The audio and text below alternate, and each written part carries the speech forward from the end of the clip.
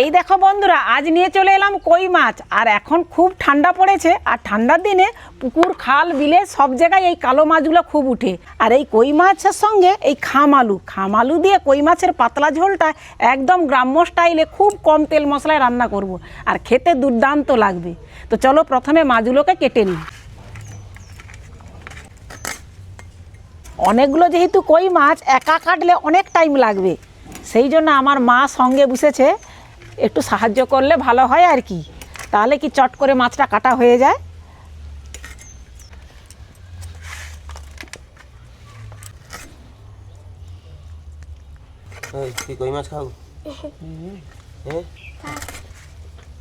মাছগুলো কাটা হয়ে গেছে, এবারে মাছগুলোকে চোখটে চোখটে ভালো করে পরিষ্কার করে ধুয়ে নেব।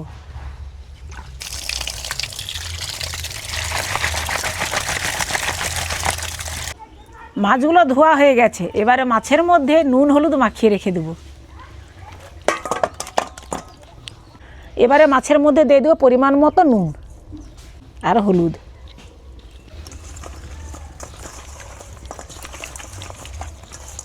মাছগুলো দারুণ বড় বড় মাছ।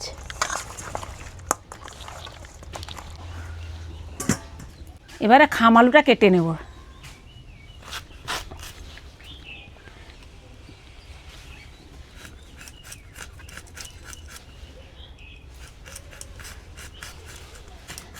আমি আজ এই খামালু দিয়ে কই মাছ রান্না করছি। তোমরা এই খামালু দিয়ে কে কী রান্না করো আমাকে কমেন্ট করে জানাবে।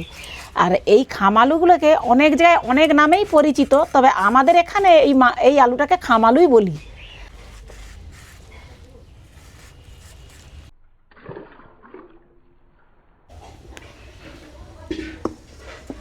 খামালুগুলোকে এরকম লম্বা লম্বা করে কেটে নিয়েছি।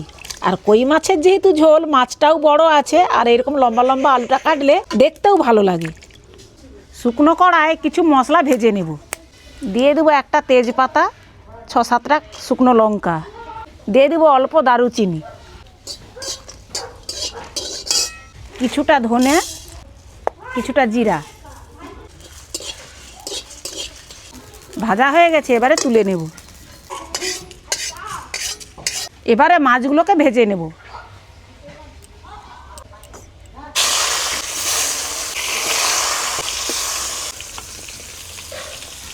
কই মাছগুলো ভাজা হয়ে গেছে। আর কই মাছ খুব কড়া ভাজা ভালো লাগে না, এই রকম ভেজে মাছগুলোকে এবার তুলব। সমস্ত মাছগুলো ভেজে নিয়েছি। এইবারে এই খামালুটাকে কষিয়ে ঝোলটা তুলে দিই।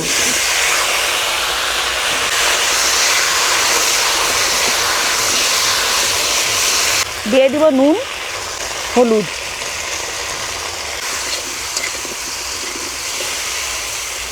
আলুগুলোকে হালকা একটু কষে নিয়েছি। এবারে দিয়ে দেবো আদা বাটা,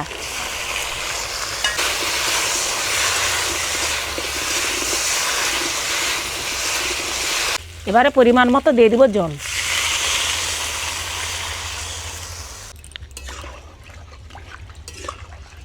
ভেজে রাখা মশলাগুলোকে এবার জল দিয়ে বেটে নেব।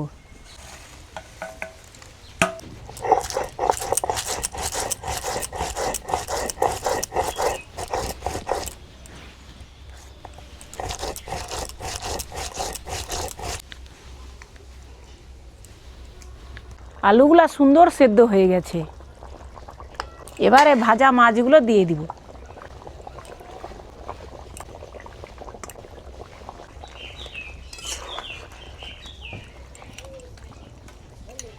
মাছগুলো দিয়ে একটুক্ষণ সেদ্ধ করে নেব।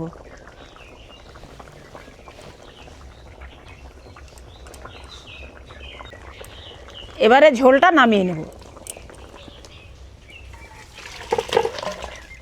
কড়ার মধ্যে দিয়ে দিব অল্প সরষের তেল, একটা শুকনো লঙ্কা, তেজপাতা, 5 ফোড়ন। এইবারে মাছের ঝোলটা ছুঁকে নিব।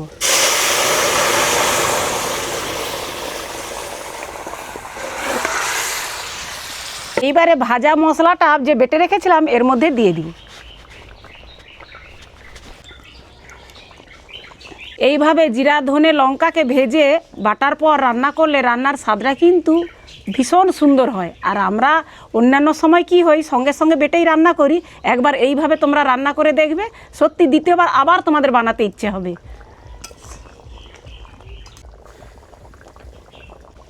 কই মাছের পাতলা ঝোলটা হয়ে গেছে, এবারে আমি নামিয়ে রাখবো।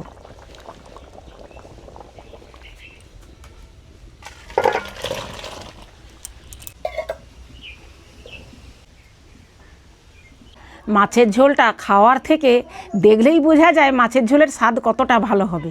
এই দেখো মাছের ঝোলটা যে আমি নামিয়েছি, ওপরে একটা বেশ সর পড়ে গেছে আর দেখতেও কতটা লোভনীয় লাগছে।